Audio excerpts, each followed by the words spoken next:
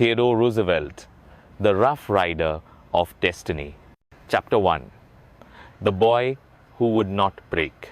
Long before Theodore Roosevelt would stand on the steps of the Capitol as the youngest president in American history, before the Nobel Peace Prize gleamed beside his medals, and before his voice echoed through the wilderness of the Amazon, he was just a fragile, asthmatic boy in a brownstone house in New York City, a boy whom no one believed would survive childhood. The year was 1858. The air in Manhattan was thick with the noise of horses, street vendors, and the clang of iron shoes against cobblestone. But inside the house on East 20th Street, a quieter struggle unfolded. Little TD, as his family lovingly called him, gasped for air during yet another brutal asthma attack. His small chest rose and fell rapidly, and his father, Theodore Roosevelt Sr., walked the floor with him in his arms, praying for the wheezing to stop. "We must do all we can to strengthen him," Roosevelt Sr. told the family physician one night. "This child must fight." And fight he did. Though Theodore Jr. was born into a wealthy and prominent family, he inherited no strength from his lineage. Instead, he forged it himself. The doctors said he should rest, avoid exertion, and be treated delicately. But his father gave him a different prescription. "You have the mind, but you haven't the body. You must make your body." So Roosevelt did what he would spend his entire life doing, defying the limits others set for him. By the age of 10, he had developed a deep love for animals, especially birds. He collected specimens, dissected small creatures, and wrote detailed field notes. He was determined to become a naturalist, but his body continued to betray him. Asthma would wake him in the night, lungs burning, eyes wide with fear, as he reached for air that wouldn't come. When the attacks became unbearable, his family took him to the countryside to breathe cleaner air. And in those green, open spaces, something within Roosevelt changed. He began climbing hills. He hiked, even if it meant coughing for hours afterward. He chased birds and drew them with precision in his notebooks. He was learning the core lesson of his life: pain was inevitable, but quitting was optional. The makeshift gymnasium. By adolescence, Roosevelt turned his room into a mini gym. He lifted homemade weights and practiced boxing with a tutor hired by his father. With every punch, every pull-up, he clawed his way out of weakness. When he was knocked down, he stood again, refusing to accept the life of a delicate boy. "I was a sickly, delicate boy," he would later write, "but I was resolved to be strong, and I did everything to become so." It was not just physical strength he cultivated, but the strength of will. Books were also his refuge. He devoured volumes on history, war, natural sciences, and politics. While other children played, Roosevelt read voraciously, soaking in knowledge that would shape his worldview. He idolized great men: Alexander Hamilton, Julius Caesar, and his personal hero, Abraham Lincoln. He began to see the world as a battlefield, not of violence, but of determination. And he would be a warrior on it. The Harvard years. In 1876, Roosevelt entered Harvard University, already a sharp-spirited young man. He wore pince-nez glasses and had a high-pitched voice, often mocked by peers, but few could outmatch his enthusiasm and intensity. At Harvard, he was as much a scholar as a spectacle. He took on boxing, rowing, and rigorous academics simultaneously. He joined the Porcellian Club and edited the Harvard Advocate. Though tragedy and pain still visited him, his father, whom he idolized, died suddenly in 1878. Roosevelt didn't collapse. He pressed on more fiercely than ever. "I would rather wear out than rust out," he wrote in a journal that year. Roosevelt's path seemed certain. He would become a scientist, a naturalist perhaps. He even published a book on bird species of the Adirondacks while still in college. But fate had other plans. A love found and lost. While still at Harvard, Roosevelt met Alice Hathaway Lee, a charming, gentle woman with golden hair and a quiet voice. She captivated him. Roosevelt, always passionate, fell deeply in love and courted her relentlessly.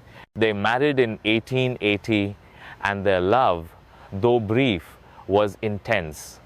Together, they moved to New York and he began law school, though politics soon seduced him more than law. But happiness would not last. On the 14th of February, 1884, the same day their daughter Alice was born, Alice Hathaway Lee died suddenly from nephritis. To compound the agony, Roosevelt's mother died the very same day in the same house, just a few rooms apart. That night, Roosevelt opened his journal and drew a large black X across the page. Beneath it, he wrote just one sentence: "The light has gone out of my life." Crushed by grief, he resigned from politics and left everything behind. Into the Badlands. Where does a broken man go when he no longer believes in the life he's built? Theodore Roosevelt went west to the Dakota Territory. There, amid the open plains, wild buffalo, and lawless towns, he found something elemental. He bought a ranch, lived in a log cabin, herded cattle, hunted wolves, and chased down horse thieves. He slept under stars and rode for days in harsh winter. The East Coast elite thought it a scandal, but Roosevelt didn't care. He wasn't there for appearances. He was there to find himself again. He walked alone in snowstorms. He worked beside real cowboys who laughed at his Harvard accent but respected his grit. He tamed wild horses and rebuilt his shattered heart with the rhythm of hooves and wind. "I have always said I would not have been president had it not been for my experience in North Dakota," he later declared. The Badlands taught him something no book could, that pain could be forged into resilience, and solitude could be the birthplace of purpose, the return of the Rough Rider. By the time he returned to New York, Roosevelt was changed. Not softer, tougher, not a broken man, but a forged one. He re-entered politics with new fire, taking on corruption, challenging party bosses, and demanding reform. He was no longer TD, the weak boy. He was now Theodore Roosevelt, a man carved by grief, nature, and relentless will. And this was only the beginning. Chapter 2, a man of tragedy and resolve. Theodore Roosevelt returned from the Badlands in body, but something elemental within him had transformed. His skin was weathered, his eyes sharper, and his soul, once shattered, had been welded back together under prairie stars. He now possessed what he would later describe as the most valuable trait in any man's character, the ability to overcome. But even the iron-willed Roosevelt could not escape the weight of grief. The death of his wife, Alice, just 22 years old, left a scar that never fully healed. Though he rarely spoke of her in public again, he carried her memory quietly, etched in every corner of his restless drive. His journal, normally filled with observations, now held silence. His daughter, Alice Lee Roosevelt, was raised for a time by his sister Anna Bamey Roosevelt while he tried to put his emotions into motion.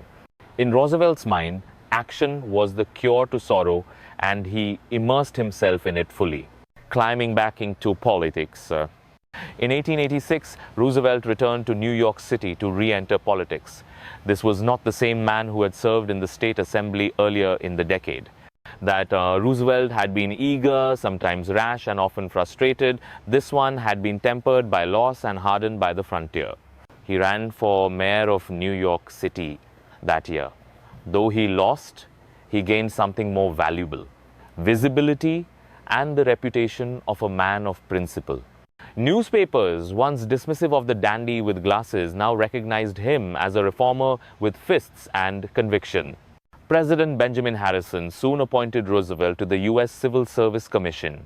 There, he fought fiercely against the spoils system, a patronage-driven machine that rewarded political loyalty over merit.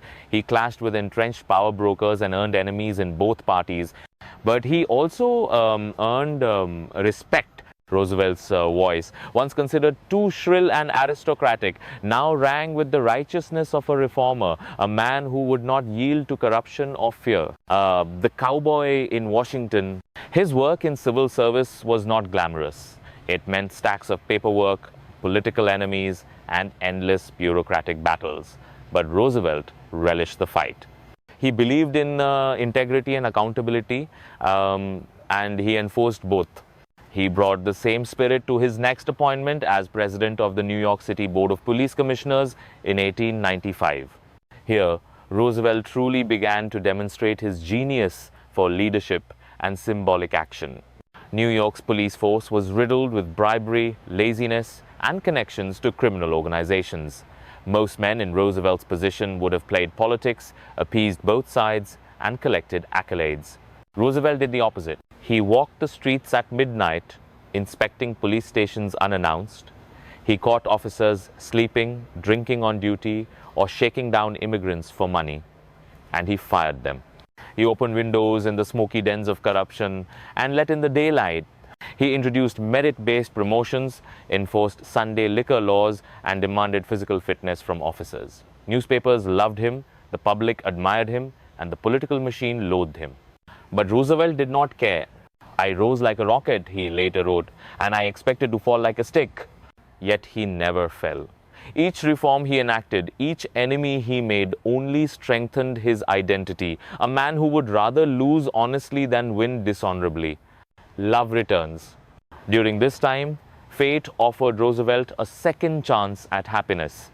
He reconnected with Edith Kermit Carew, a childhood friend and confidant of his sister. Their bond, once subtle, now deepened into romance. Roosevelt was hesitant.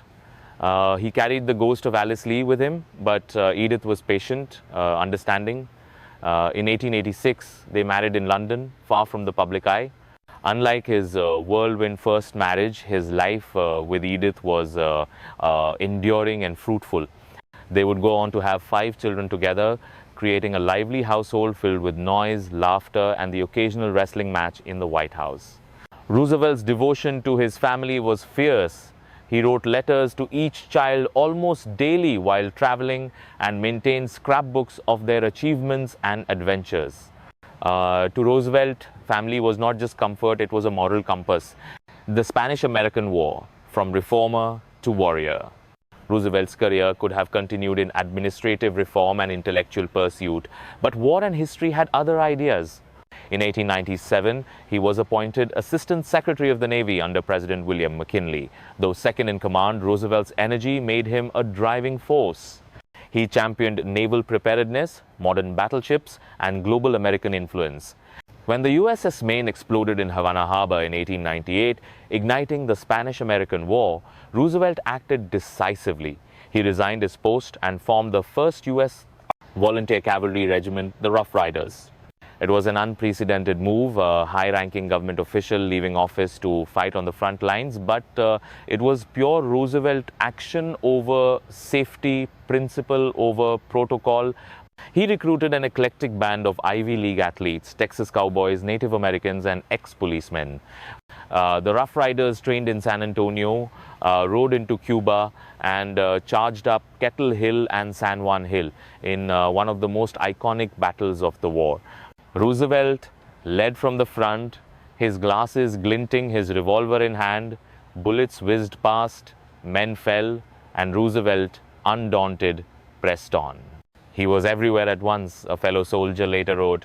It was as though he believed himself bulletproof. In truth, Roosevelt believed in something more powerful than armor, destiny. The hero returns.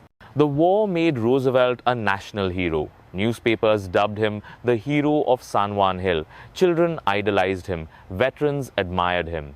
Political leaders feared him because they knew that nothing would stop him now. In 1898, he ran for governor of New York and won. He brought his reformist zeal back to Albany. He tackled corruption, supported labor rights, and held corporations accountable, earning both praise and backlash from powerful interests. His own party tried to bury him by nominating him for the vice presidency in 1900, assuming the role would sideline him politically. But fate had its own plans once again. When President William McKinley was shot in September 1901, the nation held its breath. After lingering for days, McKinley succumbed to his wounds. And just like that, at 42 years old, Theodore Roosevelt became the youngest president in American history. The young president ascends. When Roosevelt took the oath of office, the nation saw more than a man assuming power. They saw an era begin. He was dynamic, unpredictable, and unafraid. He called the presidency a bully pulpit, a platform to shape national dialogue and moral direction. He wrestled with monopolies, championed the common man, and demanded that government serve not the powerful few, but the people. His first years in office were defined by action. He sued giant corporations under antitrust laws, supported the Pure Food and Drug Act, and laid the foundation for modern regulatory policy. But more than policy, Roosevelt gave Americans something they desperately needed: a sense of purpose. In a time of inequality and industrial upheaval, Roosevelt became the voice of fairness, justice, and bold ambition. He was not just the youngest president, he was the most alive. Chapter 3: Into the Badlands. Theodore Roosevelt's journey into the Dakota Territory was not a calculated political maneuver. It was not a leisure trip, nor a romantic escape into the mythos of the American West. It was, quite literally, a resurrection. After losing his wife and mother on the same day in 1884, Roosevelt did not retreat to Europe or to the safety of his family's estate in Oyster Bay. He went west into windswept wilderness, open sky, and an unforgiving land that could either heal a man or kill him. He boarded a train to the edge of the known world and stepped off in Medora, a tiny town of raw lumber and restless men nestled beside the Little Missouri River. Roosevelt's Eastern accent and tailored clothing made him an object of ridicule at first. The cowboys thought him another dude, a pretentious tourist from the East. But Roosevelt, never one to tolerate mockery passively, quickly showed them that he was there to work, not to pose. He bought 2 cattle ranches, the Elkhorn and the Maltese Cross. He hired cowhands, lived among them, and committed himself to the hard labor of ranching. He rode for days across rough terrain, drove cattle through snowstorms, broke wild horses, and chopped ice in the bitter cold. And he did it all with the same ferocity he had once brought to the boxing ring. The making of a Rough Rider. Roosevelt wasn't just playing cowboy, he was rebuilding his identity. The physical challenge of ranch life suited him. He thrived on the demands of the land. His asthma, though still present, diminished in the dry air. He rose before dawn, worked until dark, and wrote by lamplight each night, filling his journals with observations on nature, animals, and philosophy.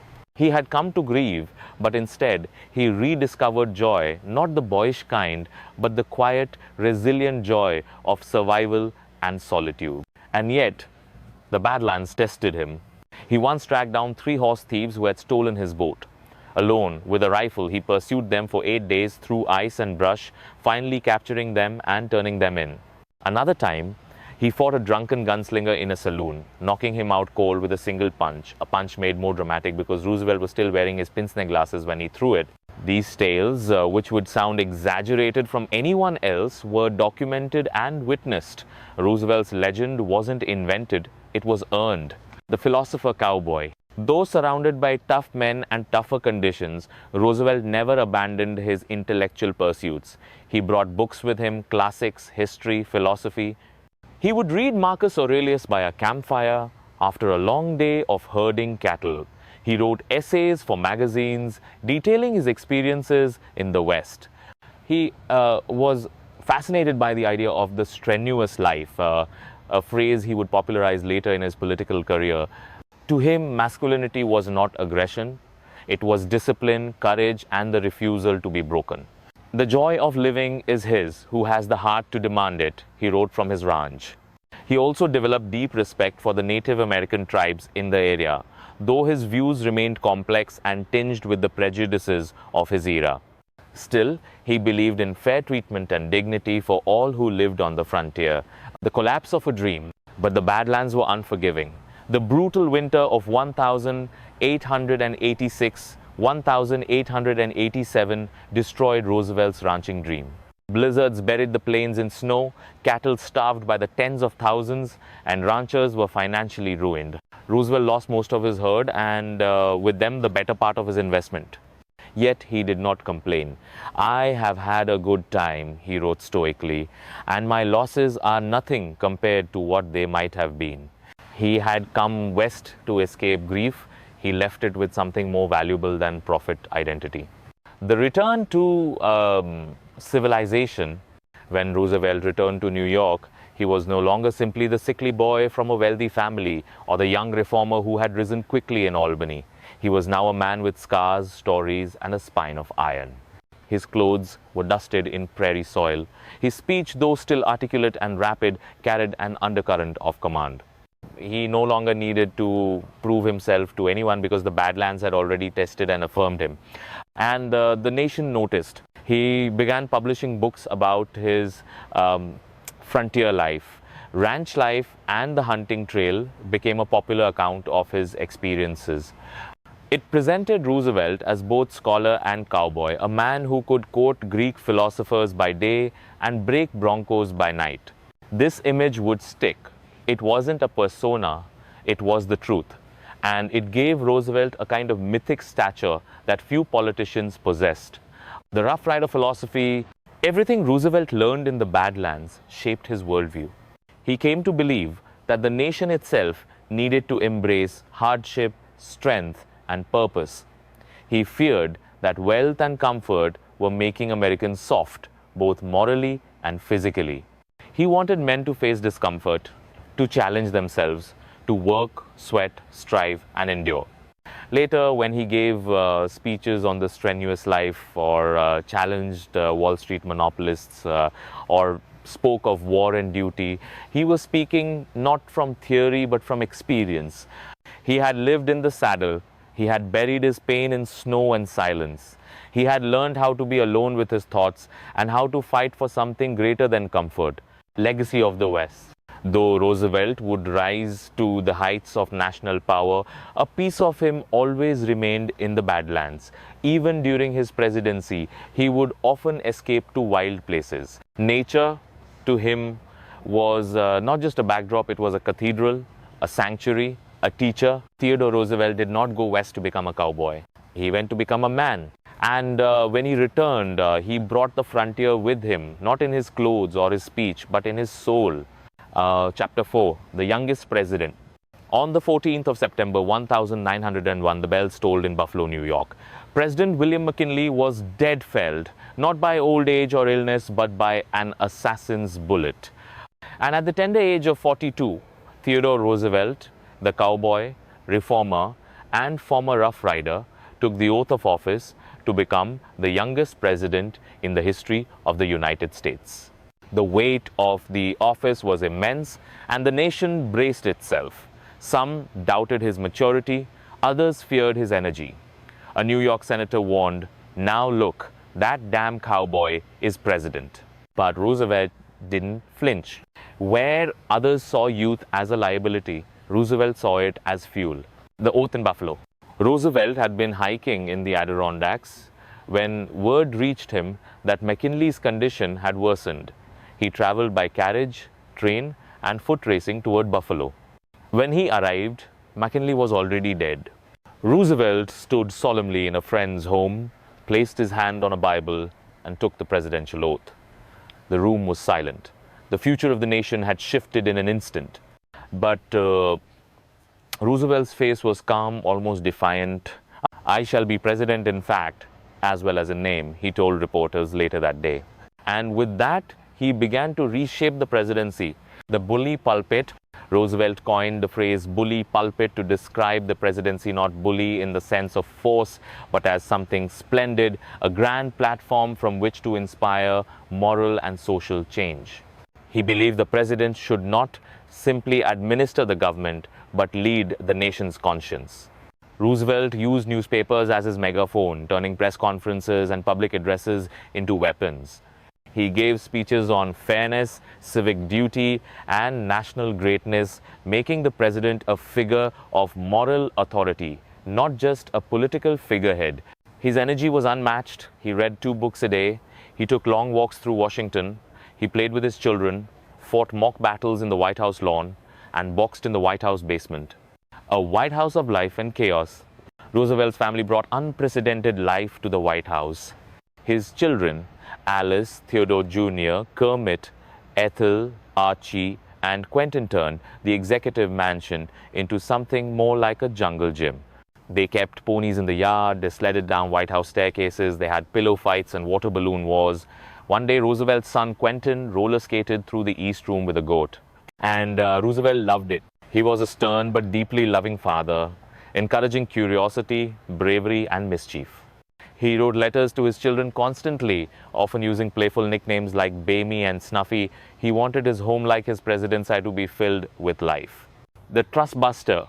Though Roosevelt came from wealth, he had no love for monopolies. He believed that unchecked corporate power corrupted democracy and robbed the average American of opportunity.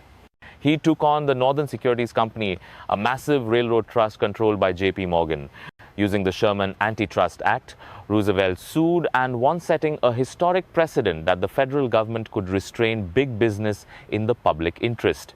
He wasn't against wealth, he was against abuse. His message was clear: no man is above the law and no man is below it.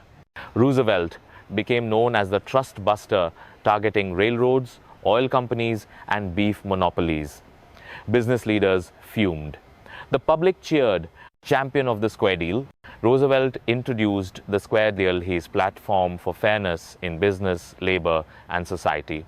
It rested on three principles: control of corporations, consumer protection, conservation of natural resources.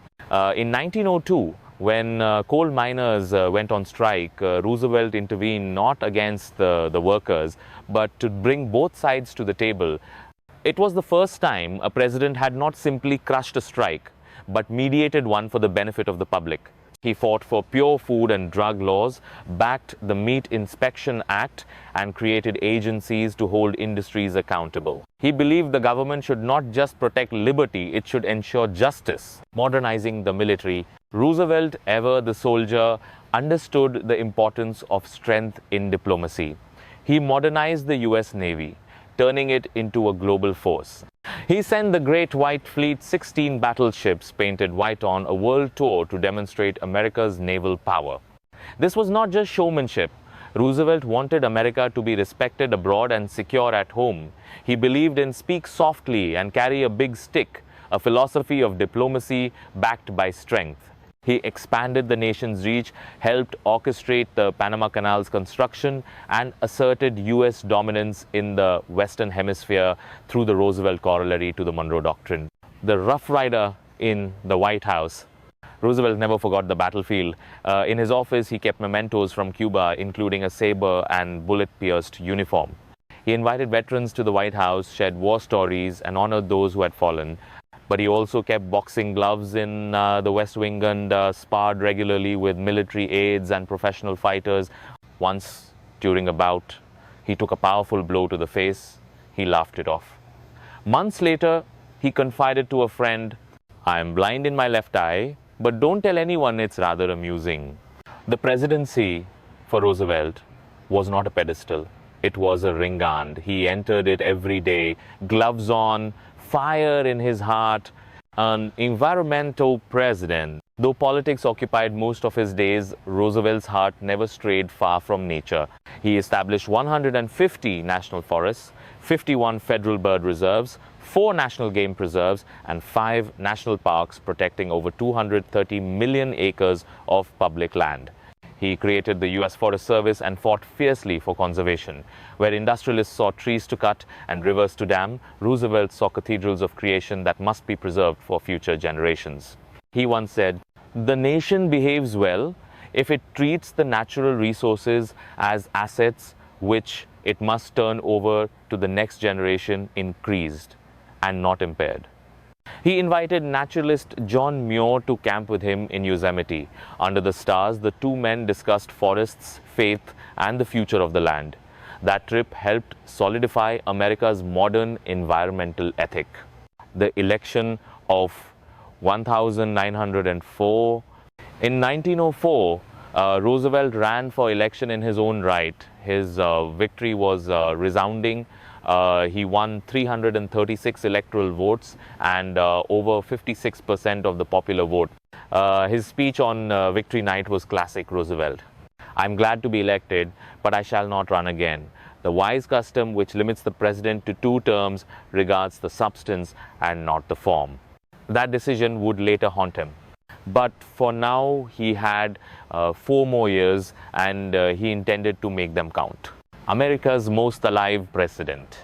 By the end of his first term, Roosevelt had transformed the presidency. He had infused it with life, purpose, and conviction.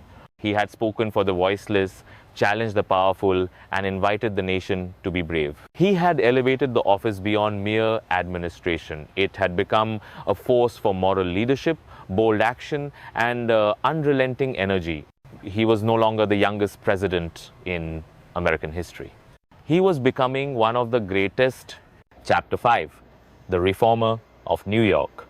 Before Theodore Roosevelt's name was etched on Mount Rushmore, celebrated in the halls of Congress, before his voice thundered from the bully pulpit of the presidency, he was a relentless young reformer patrolling the crooked streets of New York City, not as a cop, but as the man trying to clean up the entire force.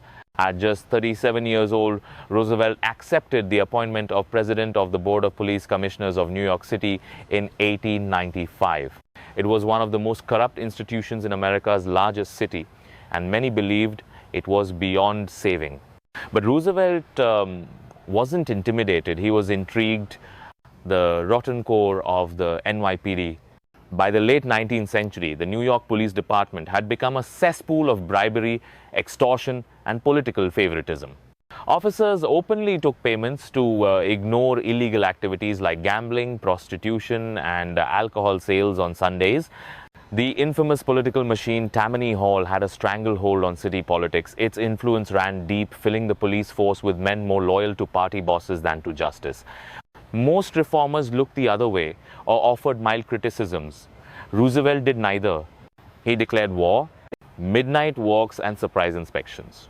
Rather than simply give orders from behind a desk, Roosevelt hit the streets at night, in disguise, in the rain, in the slums.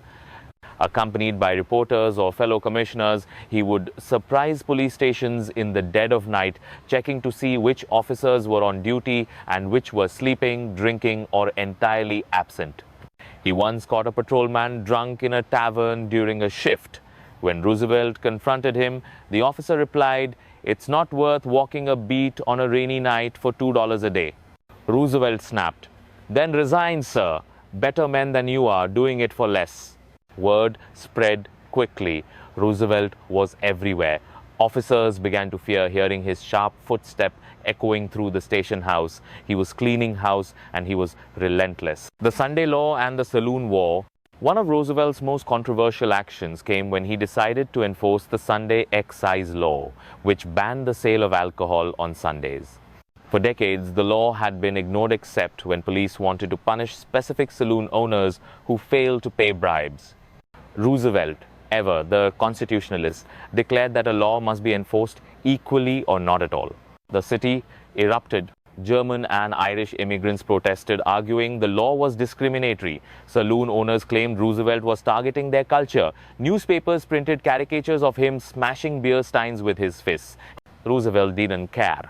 He wasn't interested in popularity, he wanted integrity. "The law is the law," he said. "We are not to enforce it against the poor and friendless only, while the rich and powerful go free." Fighting Tammany Hall. Behind the scenes, Roosevelt faced a formidable enemy. Tammany Hall, the political machine that had operated like a shadow government for decades. Tammany politicians tried to pressure him, bribe him, and isolate him, but Roosevelt was incorruptible. He knew their game, and he played his own transparency in the press. He gave interviews almost daily, exposing corruption and promoting reform. He became a darling of the progressive newspapers and the middle class, who saw in him a rare thing, a man of power who could not be bought. Tammany hated him, the people admired him, and Roosevelt's legend grew. The reform that worked. Roosevelt's impact on the police force was dramatic. He replaced corrupt officers with qualified candidates. He instituted merit-based promotions, civil service exams, and physical fitness requirements. He advocated for better training, improved equipment, and moral discipline. When one officer was found abusing prisoners, Roosevelt had him publicly dismissed and then implemented reforms to prevent further abuse. He also introduced the practice of officers wearing visible badge numbers so they could be held accountable by the public. It was a small change, but a revolutionary one.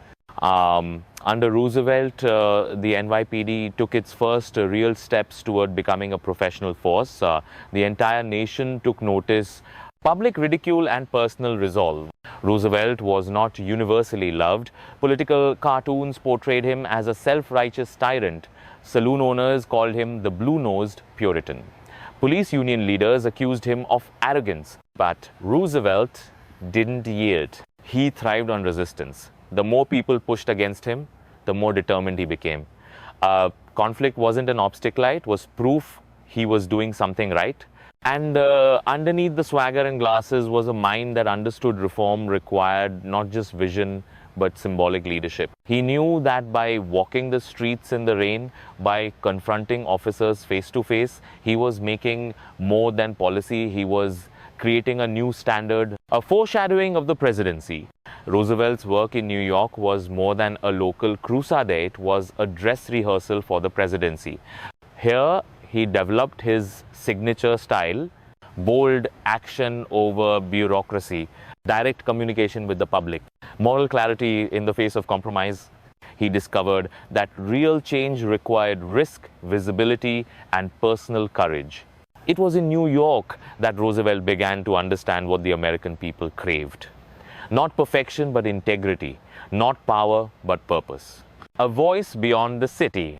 By the time he left the police commission, Roosevelt was a national figure. He had gained the attention of political leaders, journalists, and reformers across the country. President William McKinley, seeking someone with both vision and discipline, appointed him Assistant Secretary of the Navy in 1897. But Roosevelt would not stay in an office for long. A year later, when war broke out with Spain, he would resign from his post, raise a regiment, and head for the battlefield, because to Roosevelt, talk was never enough. He had spent years cleaning the streets of New York. Now, he was ready to ride into history. Chapter 6: The Boxer in the White House. To understand Theodore Roosevelt, one must understand his lifelong belief that a strong body houses a strong mind and soul. From the dusty plains of the Dakotas to the polished halls of the White House, Roosevelt was never just a man of words or politics. He was a man who fought literally. Long before the Oval Office bore his footprint, Roosevelt had trained his body to overcome the weaknesses of his youth. Asthmatic, frail, and near death many nights in his childhood, he had resolved to build himself into a warrior, not to conquer others, but to conquer himself. And when he became president, he brought that warrior's mindset into the West Wing. Boxing, more than sport. Roosevelt's love for boxing began at Harvard, where he trained under champions and boxed in amateur matches. His footwork was awkward, his glasses were a liability, but his tenacity was unmatched. He took punches, learned combinations, and returned each blow with fierce determination. Years later, as president, he kept that discipline alive. While many politicians of his time lived sedentary lives, Roosevelt stayed active. Every morning began with calisthenics, hiking, or fencing. But his true passion was still boxing, and he didn't just spar for fitness, he fought for the challenge. In the White House basement, he installed a private boxing ring. He brought in army champions, professional pugilists, and martial artists to train with him. Roosevelt, now in his 40s, boxed with men half his age and twice his size. And then during one particularly brutal match with a young artillery officer, Roosevelt was struck in the left eye. He staggered, the pain was sharp, but he kept fighting. Days later, he learned he had gone blind in that eye. He told only a few close friends, later joking, "The eye is of no use, but the fun was worth it." He never sued, never complained, and never stopped sparring. The martial artist president, Roosevelt wasn't content with just Western fighting styles. In the early 1900s, he became the first American president to study judo. Inspired by the growing cultural exchange with Japan and intrigued by judo's focus on balance, leverage, and discipline, he invited Yamashita Yoshiaki, a judo master from Japan, to the White House. Roosevelt, wearing a gi, trained with Yamashita twice a week in the White House gym. He practiced throws, locks, and defensive techniques. He even arranged for Yamashita to teach at the U.S. Naval Academy, believing the discipline would benefit American military officers. He eventually achieved a brown belt in judo, making him one of the earliest known American practitioners of the art.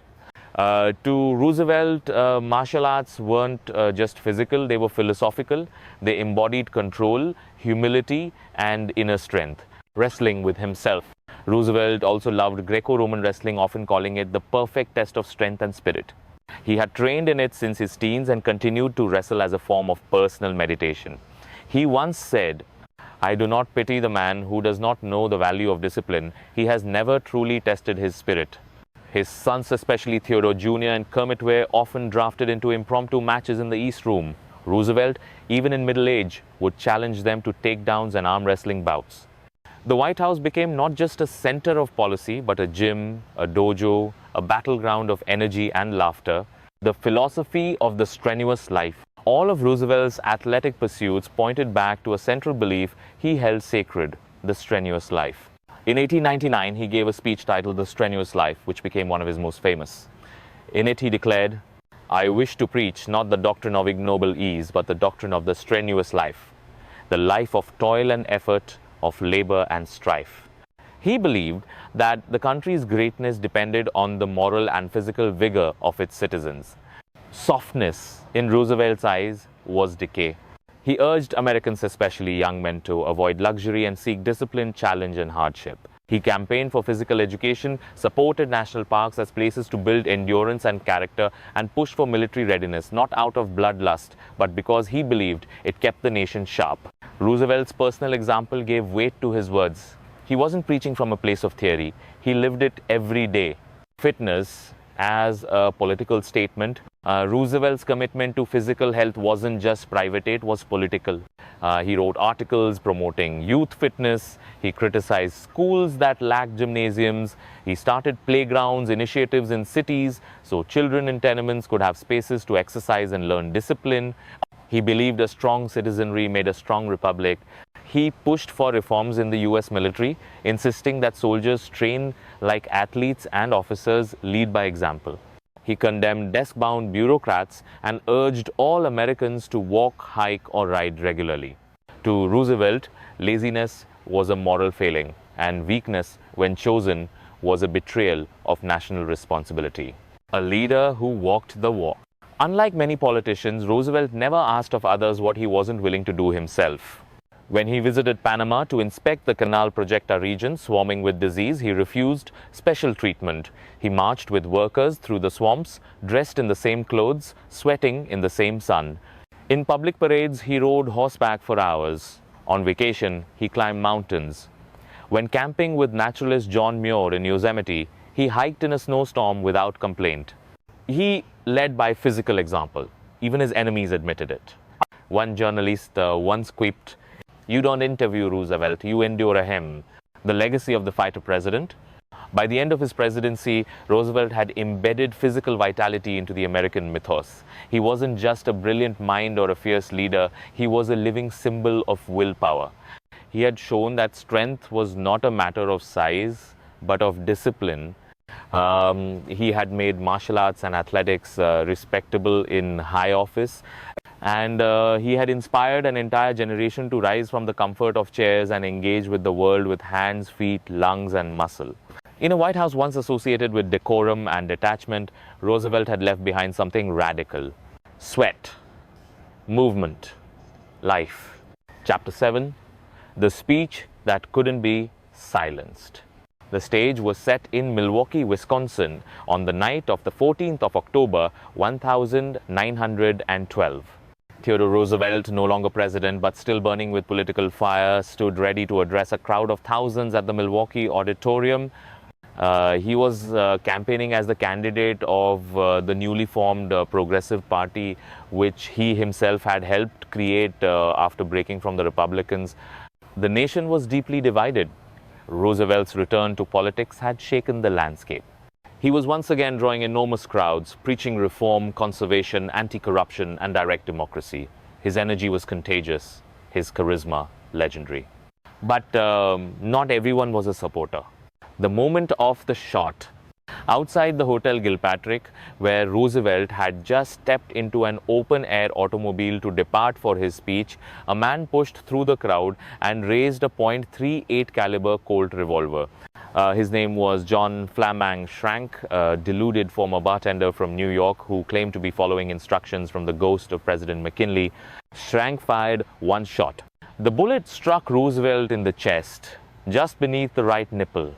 Panic erupted. A policeman tackled the gunman. Roosevelt's aides rushed toward him. Blood bloomed across his shirt. But Roosevelt didn't fall. He put his hand inside his coat and felt no blood in his mouth. That means the quickly deduced the bullet hadn't hit his lung. Instead, it had passed through his overcoat, a 50-page folded speech manuscript, and his steel eyeglass cases lowering the bullet just enough. The bullet lodged in his chest, embedded in muscle, but it had not pierced any major organ. Still, he had been shot. And then he did something only Theodore Roosevelt would do. He refused medical attention. He refused to cancel the speech. He said calmly, "I will deliver this speech or die." The 90-minute speech with a bullet in his chest. When Roosevelt stepped onto the stage at the Milwaukee Auditorium, the crowd was buzzing. News of the attempted assassination had already spread. His shirt was stained red. He looked pale but determined. He began, "Ladies and gentlemen, I don't know whether you fully understand that I have just been shot." The crowd gasped. He pulled out the crumpled manuscript with a bullet hole straight through the folded pages and held it up. "It takes more than that to kill a bull moose," he declared, referencing the nickname for his progressive party. And then he spoke for 90 minutes. His voice was steady, his breathing labored but controlled. He gave the entire speech he had prepared attacking political corruption, defending social reform, and urging Americans to take back their democracy. He swayed slightly but never wavered. He ended the speech only when his aides insisted he go to the hospital. Even as he left the stage, the crowd rose to its feet, tears in many of their eyes. They had witnessed not just a speech, but a moment of living legend. At the hospital, doctors at Milwaukee's emergency hospital confirmed that the bullet had indeed lodged in Roosevelt's chest muscle and was too close to the pleura to risk removal. They also confirmed what was already evident. Roosevelt was a man of unbelievable toughness. The physicians were astonished. His heart rate was elevated, but his vital signs were stable. He joked with the staff and scribbled notes between checkups. The bullet, doctors said, would be safer left inside, and so it stayed for the rest of his life. Roosevelt spent the next week recovering in bed. Reporters clamored outside. Supporters sent thousands of telegrams. Even his political rivals offered their well wishes. But the press coverage and the public reaction made one thing undeniable. Roosevelt was more than a candidate. He was a symbol, the man behind the legend. It would be easy to view this moment as theatrical, but to those who knew Roosevelt, it was simply consistent with who he had always been. He had stared death in the face in Cuba, in the Dakotas, and on the Amazon River. He had endured personal tragedy, political betrayal, and national controversy. A bullet, it was just one more trial. And yet, the Milwaukee speech was not just about physical toughness, it was about conviction. Roosevelt believed he had a duty to speak, to lead, to fight for justice, regardless of personal danger. His refusal to back down was not recklessness, it was integrity.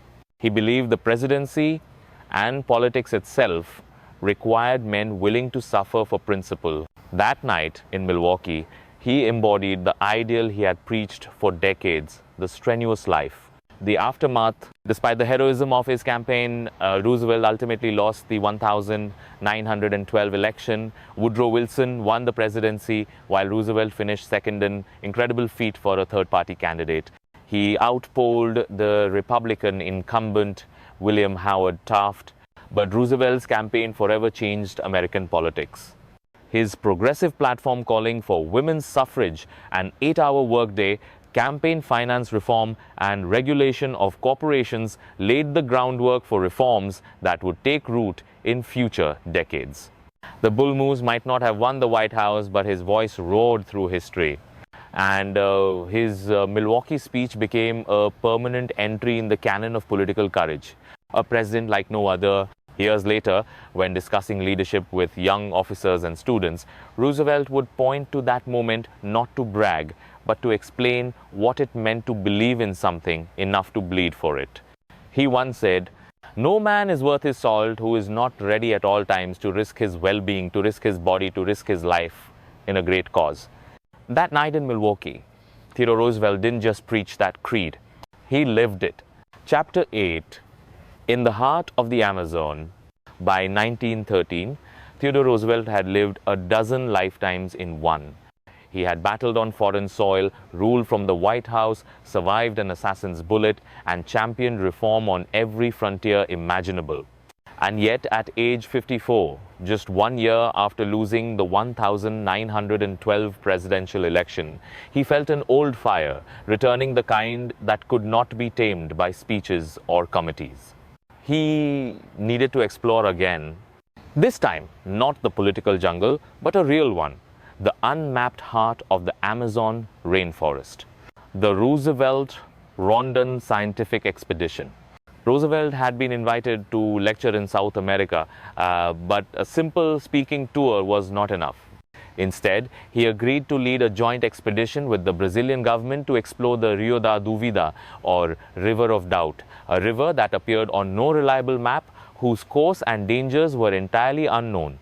He would co-lead the journey with famed Brazilian explorer Colonel Cândido Rondon, a man as fearless and determined as Roosevelt himself.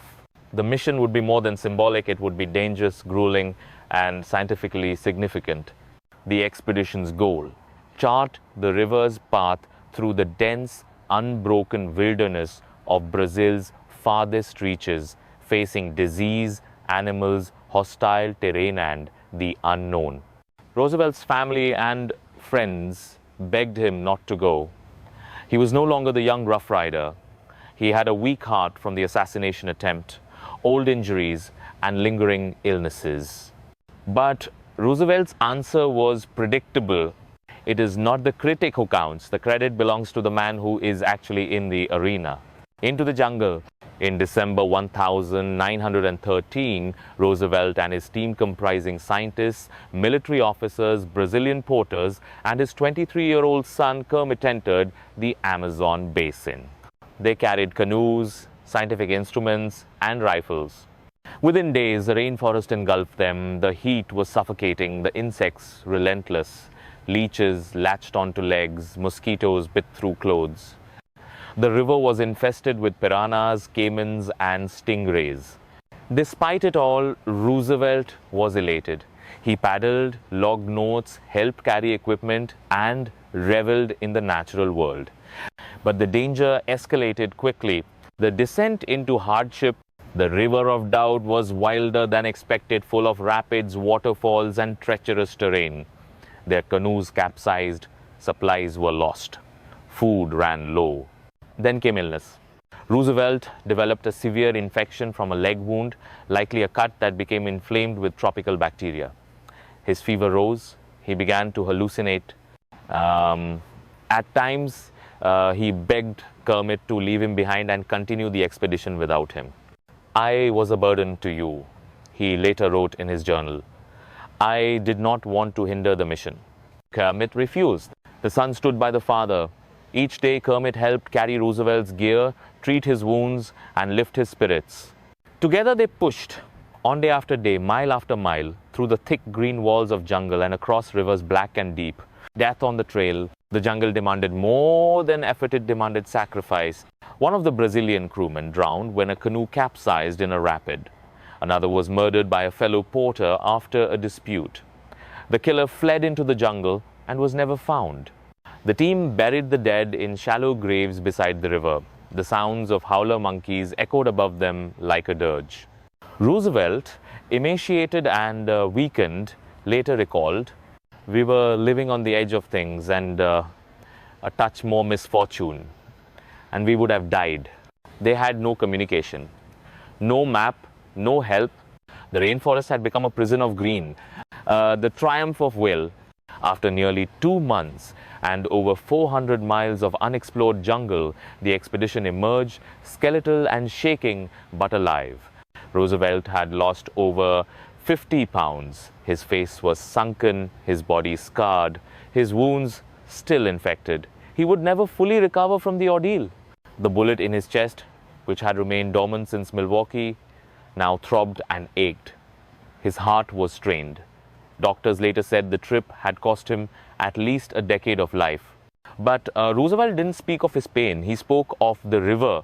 He renamed it Rio Roosevelta, name it still carries today, and published his account in Through the Brazilian Wilderness, a gripping book that mixed natural history with survival.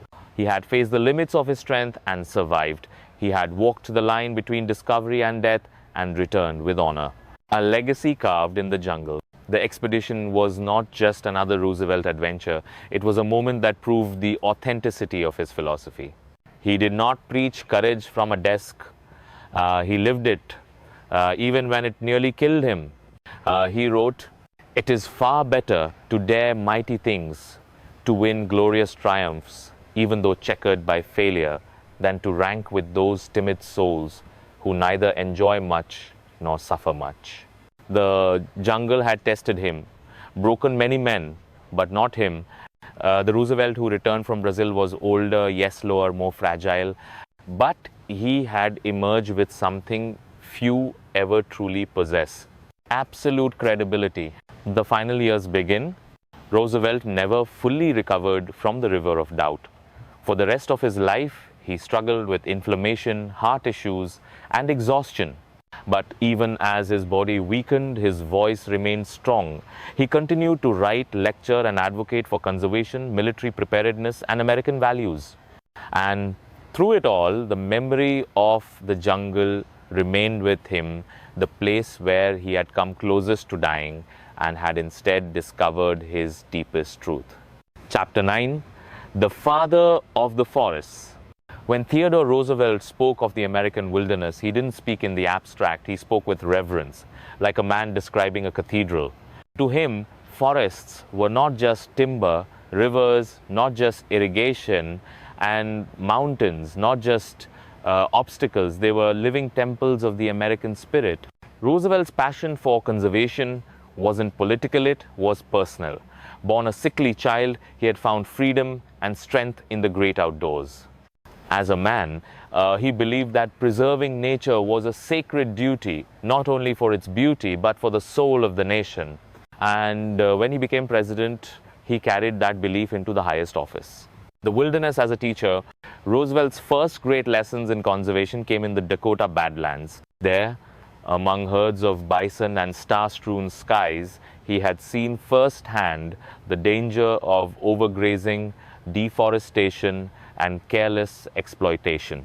"I do not believe that any man can appreciate the full grandeur of nature," he wrote, "until he has camped out in it."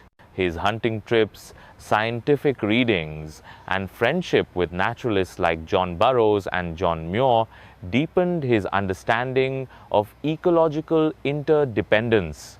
He read about the extinction of the passenger pigeon. He saw dwindling elk populations, and he realized something few politicians yet understood. America's natural beauty was finite and disappearing. President of the Pines and Peaks, as President, Roosevelt made conservation a central pillar of his administration. He didn't just talk about the environment, took radical, unprecedented action. Here's what he accomplished: established 5 national parks, created 18 national monuments, designated 150 national forests, created 51 bird reservations, protected over 230 million acres of public land. No president before him and none after matched his conservation legacy in scale or vision. He created the U.S. Forest Service in 1905, placing it under the direction of Gifford Pinchot, a brilliant forester who shared Roosevelt's belief that public lands must be wisely used and scientifically managed. They championed the idea of multiple-use conservation, balancing preservation with sustainable development. Roosevelt believed that forests should be protected from clear cutting and fires, but also responsibly used for timber, recreation, and watershed protection. It wasn't about locking nature away, it was about stewardship. The battle for Yosemite.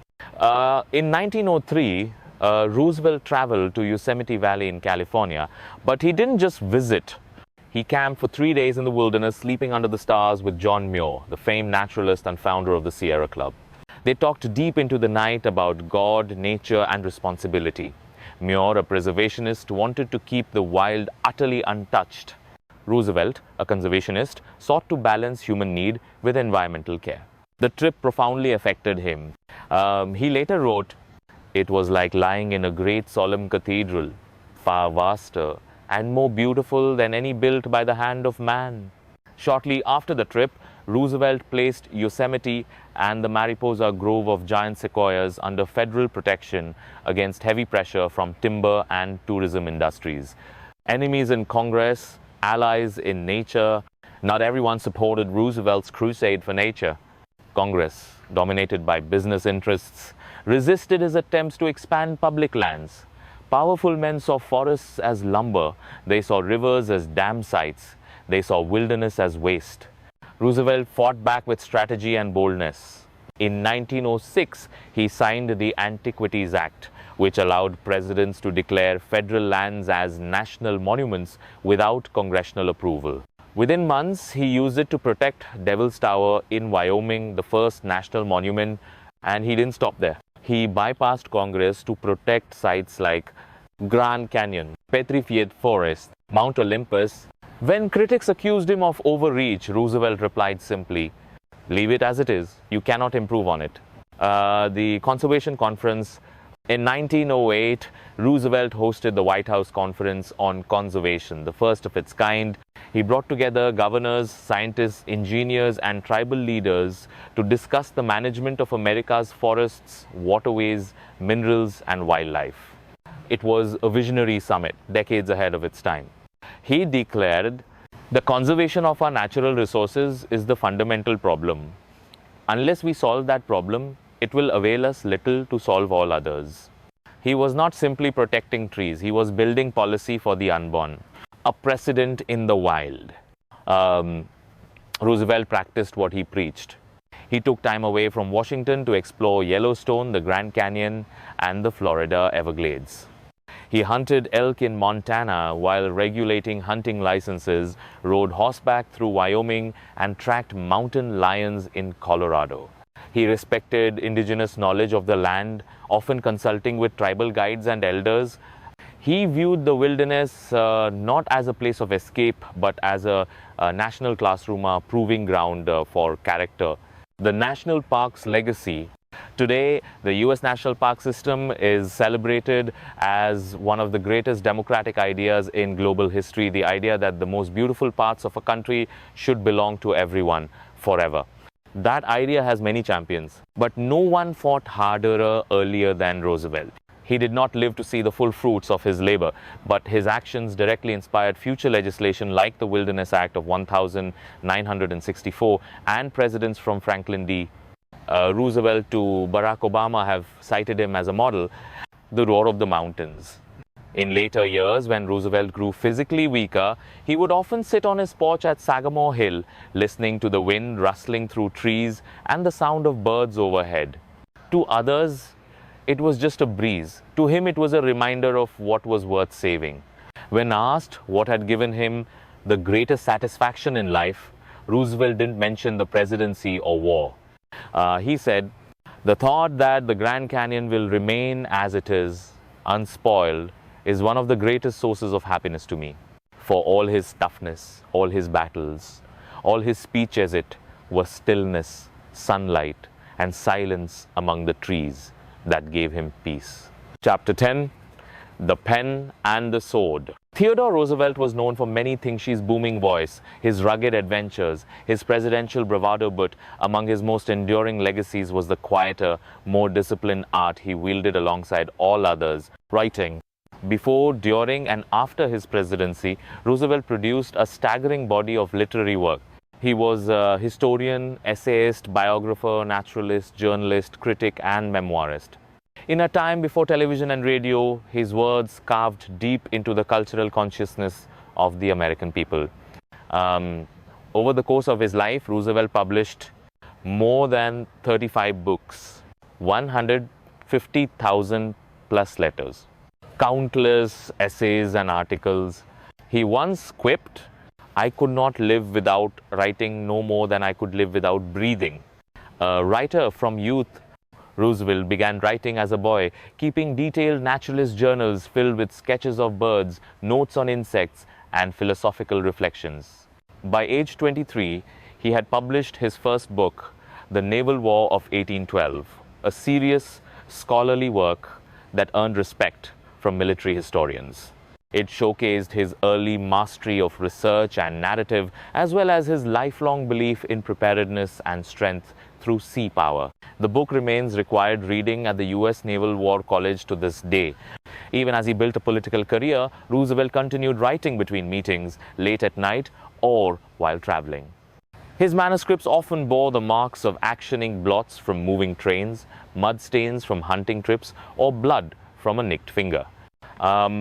Writing was not separate from his life. It was woven into every thread. Bringing history to life, Roosevelt didn't just write, he told stories with urgency and heart. His multi-volume The Winning of the West, 1889-1896, chronicled the American frontier and the rise of the pioneers. It combined detailed historical records with Roosevelt's own frontier experience, giving it authenticity unmatched by contemporary historians.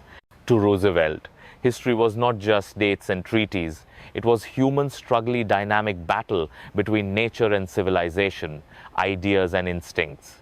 He wrote with admiration for courage and disgust for cowardice. Heroes were bold, leaders were moral, nations had destinies but only if they worked for them. His writing had the same vigorous tone as his speeches, bold, unapologetic, idealistic. The autobiography. In 1913, after his presidency and jungle expeditions, Roosevelt published Theodore Roosevelt, an autobiography work that was both revealing and reticent. He opened up about the loss of his first wife and mother, his time in the Badlands, his reforms in New York, the triumphs and tensions of his presidency. But he also downplayed personal drama. He left out much of his grief, conflict, and political betrayals. What he offered instead was a manual for leadership, a portrait of values, and a call to public service. He said in its opening pages, "It seems to me that I have always been overbusy and that I have done my work rather as a machine than as a man." Even in memoir, Roosevelt focused on purpose over emotion. The Rough Rider pen. Roosevelt's literary voice was direct. He wrote as he spoke, plain, sharp, emphatic, but it was never crude. He had an enormous vocabulary and could cite Roman historians and American folk songs in the same sentence. Some of his most famous works include Ranch Life and the Hunting Trail Stories from the Dakotas, African Game Trails, his Safari Diary, Fear God and Take Your Own Part, a fierce political manifesto. Through the Brazilian Wilderness, his account of the River of Doubt expedition. He also contributed regularly to publications like The Outlook and Scribner's Magazine, where he tackled everything from foreign policy to family life. Roosevelt used his pen like a sword, but also like a bridge, reaching into the lives of ordinary Americans and drawing them into the national story. Letters to the world. Perhaps the most intimate part of Roosevelt's writing legacy is his letters. He wrote to everyone, family, Zolias, school children, naturalists, political allies, critics. He replied to fan mail personally. He debated policy with foreign leaders and offered reading advice to college students. When his sons went off to war, he wrote them every week, sometimes every day. The letters are filled with pride, concern, and deep love. Roosevelt, the statesman, giving way to Roosevelt, the father. His collected letters today span thousands of pages, offering one of the most complete personal records of any president. Writing and politics. Roosevelt understood that writing was power. In a time before instant communication, his books and essays allowed him to shape the national conversation. He could bypass party leaders, newspapers, and even Congress to speak directly to the people. When he lost the Republican nomination in 1912, he used the press to rally supporters for his new progressive party, writing fiery manifestos that became rallying cries. When other politicians retired quietly, Roosevelt wrote his way back into the arena. When war loomed in Europe, he published fierce calls for US preparedness and national unity. The pen had become his second presidency. The final writings in the last years of his life, as his health deteriorated, Roosevelt continued to write fighting with ideas even as his body gave out. He worked on a history of World War I, a volume on citizenship, and reflections on American democracy. He also wrote tributes to fallen friends and articles mourning the death of his beloved son Quentin, who died in France as a pilot during the war. Even as grief consumed him, he returned to his desk. He wrote not just to endure, but to remember, inspire, and shape the world he would soon leave. A mind at work. Roosevelt once said, "A man who has never gone to school may steal from a freight car, but if he has a university education, he may steal the whole railroad." He believed literacy was the bedrock of freedom, that education and civic duty were inseparable. His home at Sagamore Hill was filled with books, Greek philosophy, American poetry, biology textbooks, Norse sagas, and French political theory. He would often read 1 or 2 books a day, sometimes more, scribbling notes in the margins and quoting them in speeches. He once paused a bear hunt to recite poetry to his companions. He never stopped reading, never stopped writing. The writer who wrote, few presidents have matched Roosevelt's literary productivity. Fewer still have combined the life of the pen with the life of the sword so completely. He was an action hero with a library card, a commander who quoted Cicero, a hunter who composed essays about bird song. In Roosevelt's world, to write was to live deliberately. And his word surgeon, honest, vivid, continued to breathe long after his voice went silent. Chapter 11, The Teddy Bear and the Legend. Among the many legacies Theodore Roosevelt left behind, national parks, antitrust laws, a more powerful presidency none was quite as unexpected or enduring as a stuffed animal. Of all the symbols of his life, the Rough Rider hat, the pince-nez glasses, the charging musette was a small, soft, button-eyed bear that became Roosevelt's most iconic avatar. And yet, the story of the teddy bear is more than a charming children's tale. It is a snapshot of character, a moment when myth and morality converged, and a glimpse into the soul of a man who believed that sportsmanship and compassion should never be forgotten, even in the wilderness. The hunting trip in Mississippi.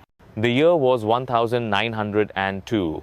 President Theodore Roosevelt was invited to Mississippi by Governor Andrew H. Longino for a bear hunting tripa traditional Southern pastime, and one that Roosevelt eagerly accepted.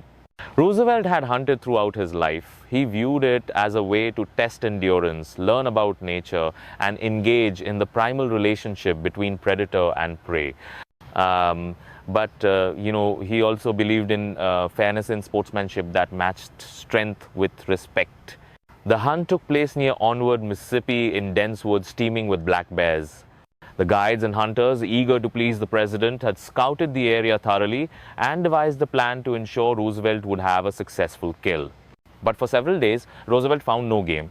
The bears eluded him, the woods were quiet, and then came the moment that would become legend. The captured bear. In an effort to ensure Roosevelt's success, the hunting guides and dogs finally tracked down an old black bear. The exhausted creature was cornered and eventually clubbed, tied to a tree, and presented to the president. When Roosevelt arrived and saw the wounded animal, panting and bleeding, he was appalled. "This was not hunting," he said. "This was execution." He refused to shoot the bear. "I've hunted game all over America," he said, "but I don't draw the line at killing a poor old creature tied to a tree." Though the bear was eventually put down to end its suffering, Roosevelt's act of refusal made headlines.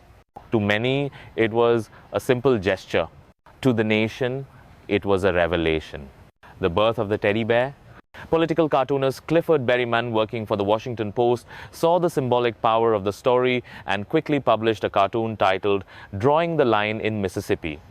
In it, Roosevelt was depicted holding up a hand, stopping the hunt, while a small, wide-eyed bear cub cowered behind him. The image struck a chord. The American public, already enamored with Roosevelt's rugged image, now saw another side: principle over pride, a leader who could refuse the easy kill, a president with ethics. And in Brooklyn, New York, a shopkeeper named Morris Mictum saw the cartoon and had an idea. He and his wife had crafted a small stuffed bear toy for their store window. Inspired by the cartoon, they placed it on display with a hand-lettered sign, Teddy's Bear. The toy was a hit. Mictum sought Roosevelt's permission to use his name.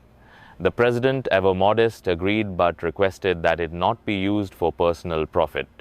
Mictum honored the request, and soon after, he founded the Ideal Toy Company, which would go on to mass produce the first teddy bears in America. A symbol, pagans and politics, the teddy bear became more than a toy, it became a cultural phenomenon. Within a year, department stores sold out across major cities. Children carried them to school, to bed, to parades. Songs were written, books published, and clothing lines launched featuring the bear. It was one of the earliest examples of character-based merchandising in American history.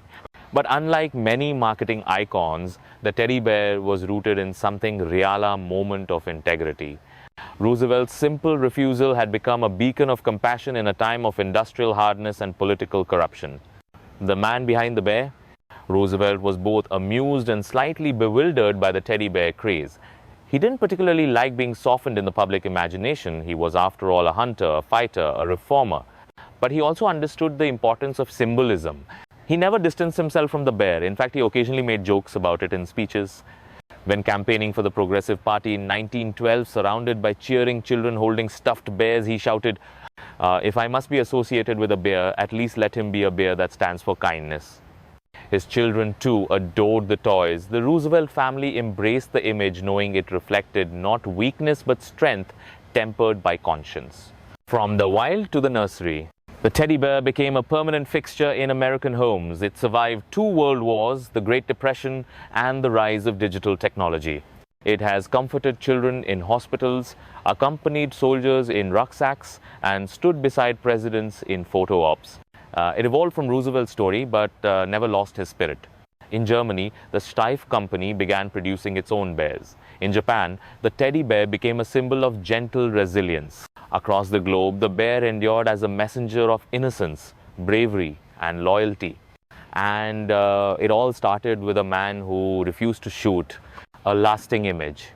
Roosevelt, for all his toughness, believed that real strength was found not in domination, but in moral restraint. That one decision in the Mississippi woods made in silence, without speechwriters, without advisors, may have done more to capture the heart of the American public than all his battles combined. It wasn't a policy, it wasn't a war, it wasn't even a campaign promise. It was a man alone with a decision, choosing right over easy. The legacy of a gentle strength. When Theodore Roosevelt died in 1919, tributes poured in from around the world. He was remembered as a warrior, a president, a thinker, and a force of nature. But in homes across America, another kind of tribute sat quietly on nightstands and bookshelves, small stuffed teddy bears, their heads tilted, their arms open. And in them lived not just the memory of a man, but a lesson. That compassion, even in a fleeting moment, can become legend. Chapter 12. A peacemaker with a rough voice. Theodore Roosevelt was known for his booming voice, his bounding energy, and his unrelenting aggression in reform. He was a fighter in politics, in war, in the wilderness, and in every inch of public life. Yet it was not a sword, a charge, or a fiery speech that earned him one of his greatest honors. It was peace. In 1906, Theodore Roosevelt became the first American president and the first American citizen to receive the Nobel Peace Prize. The world had seen him as a soldier, a hunter, a bull moose. But now they would see something else. A diplomat, a strategist, a peacemaker. storm clouds over Asia. At the turn of the 20th century, two rising empires, Russia and Japan, clashed violently over control of Manchuria and Korea. Japan, newly industrialized and armed with a modern navy, struck first with a surprise attack on the Russian fleet at Port Arthur in 1904. It was a stunning victory. The war escalated quickly, with both sides suffering tens of thousands of casualties in land and naval battles. The world watched in horror as two great powers bled each other in muddy trenches and frozen seas. By mid-1905, both nations were exhausted, their economies faltering, their soldiers starving. The time for peace had come, but neither side wanted to appear weak by initiating it. Roosevelt saw the opportunity. Roosevelt's offer to mediate.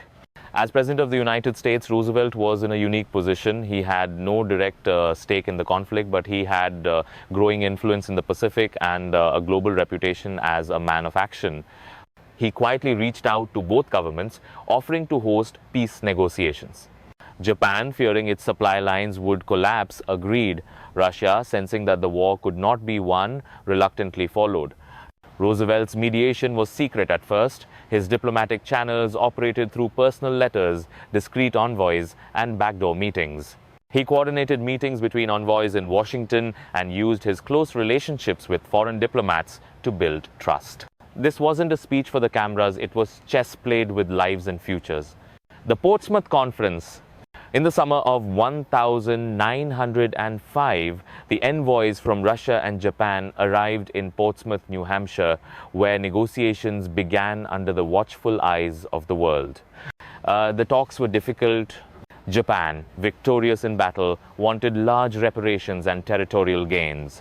Russia, wounded but proud, refused to pay a defeated enemy. The discussions stalled, tempers flared. Roosevelt did not attend the talks in persona deliberate decision. He wanted to remain neutral and let the nations find their own peace. But behind the scenes, he worked tirelessly, exchanging telegrams, drafting proposals, and applying just the right amount of pressure. When Japan threatened to walk out, Roosevelt convinced them to stay. When Russia balked, he reminded them of their declining position and the global stakes. Eventually, both sides compromised. The Treaty of Portsmouth was signed on the 5th of September 1905. The terms and results under the agreement, Russia ceded its lease of Port Arthur and control of southern Manchuria to Japan. Japan gained the southern half of Sakhalin Island. No financial reparations were demanded. Both sides agreed to withdraw troops and recognize respective interests in Korea and Manchuria. It was not a perfect peace, but it ended the bloodshed.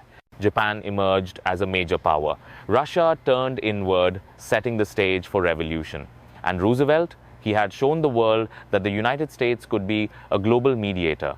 Nobel recognition. In December 1906, the Norwegian Nobel Committee awarded Roosevelt the Nobel Peace Prize for his role in mediating the end of the Russo-Japanese War. He had not campaigned for it. He had not even expected it.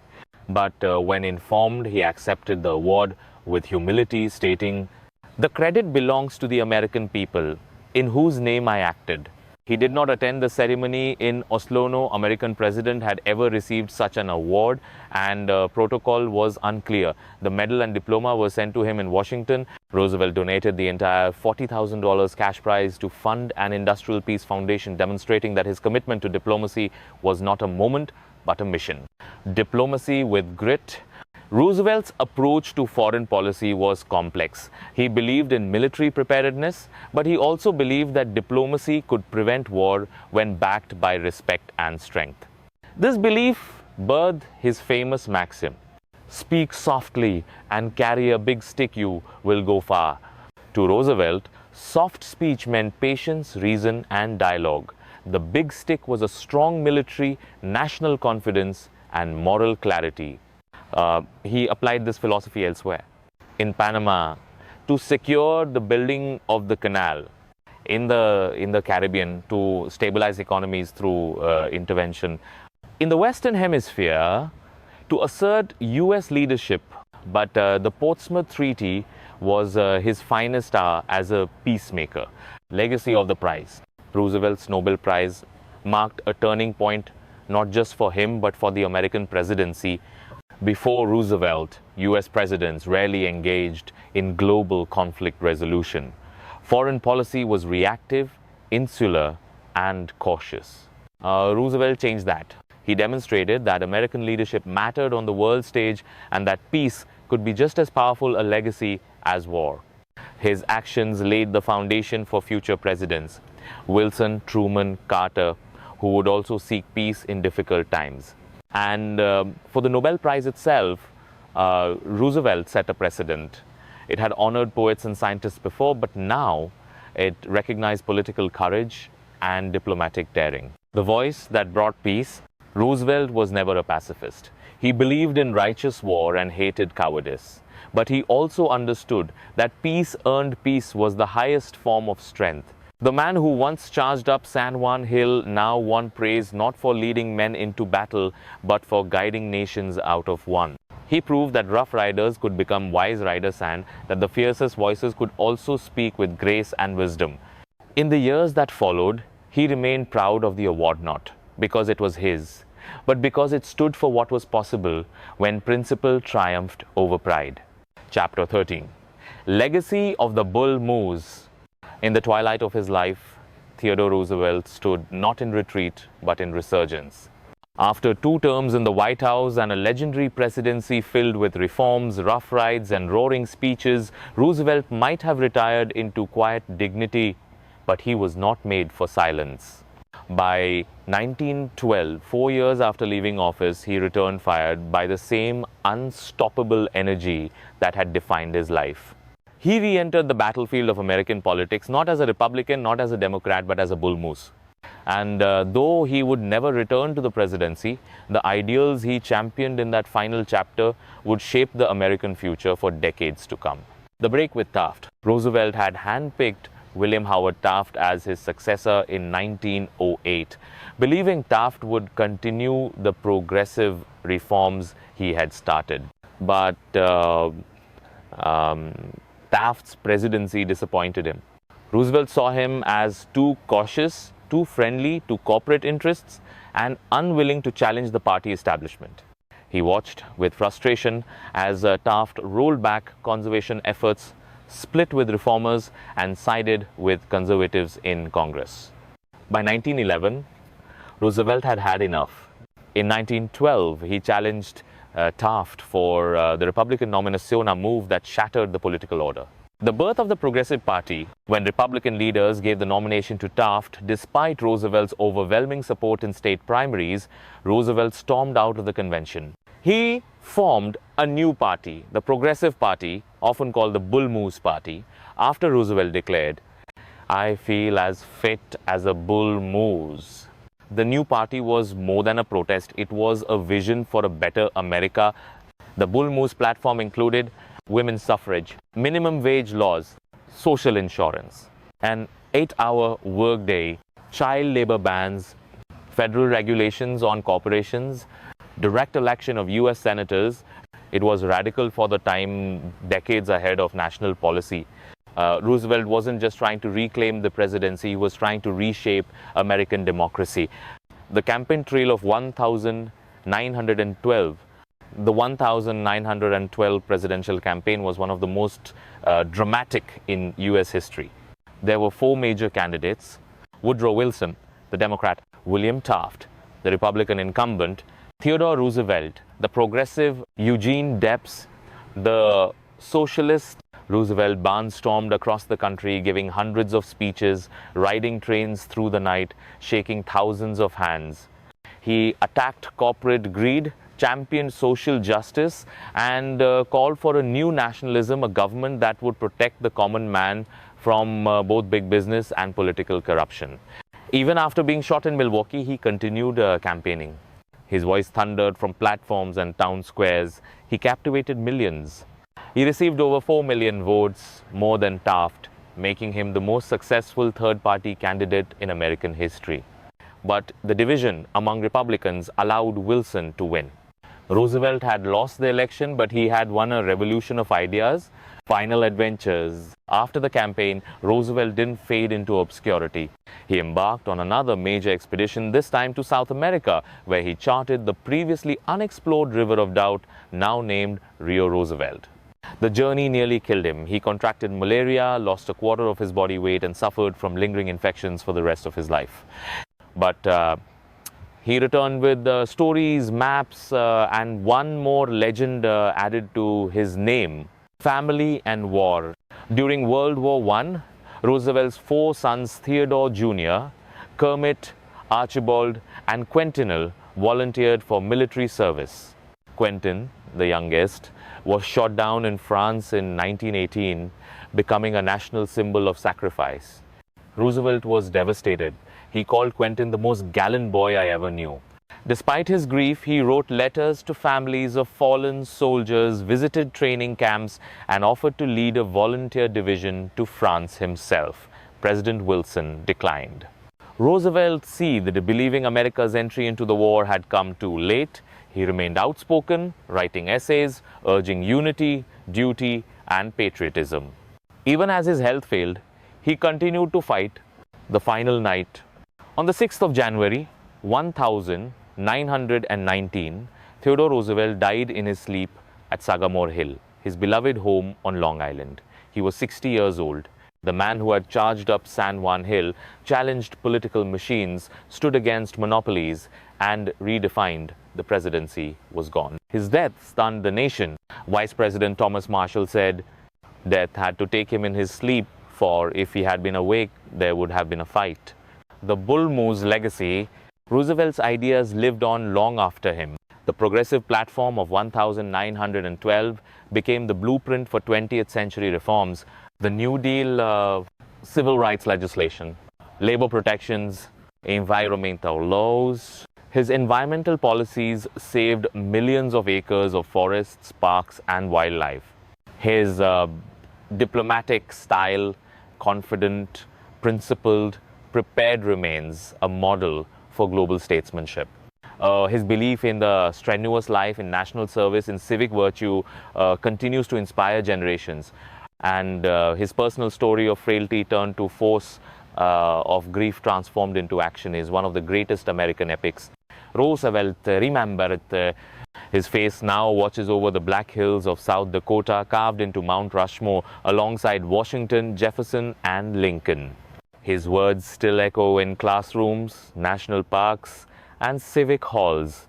Far better is it to dare mighty things, to win glorious triumphs, than to rank with those timid souls who neither know victory nor defeat. He was a cowboy and a commander, a hunter and a healer, a scholar and a soldier, a writer and a rough rider. But above all, Theodore Roosevelt was a force of nature, of character, of will. The bull moose may be gone, but his roar still resounds.